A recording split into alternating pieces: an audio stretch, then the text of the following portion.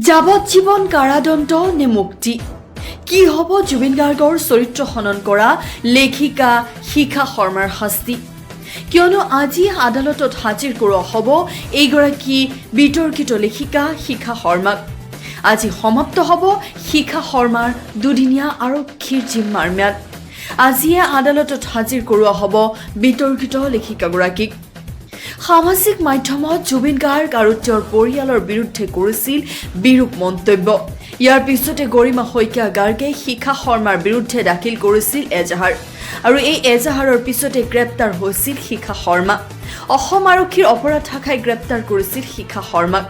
শিখা শৰ্মাৰ বিৰুদ্ধে জুবিন গাৰ্গৰ চৰিত্ৰ হননৰ অভিযোগত দাখিল কৰিছিল এজাহাৰ সকলোৰে প্ৰাণৰ শিল্পী জুবিন গাৰ্গৰ বিৰুদ্ধে সামাজিক মাধ্যমত বহু বিতৰ্কিত মন্তব্য কৰিছিল শিখা শৰ্মাই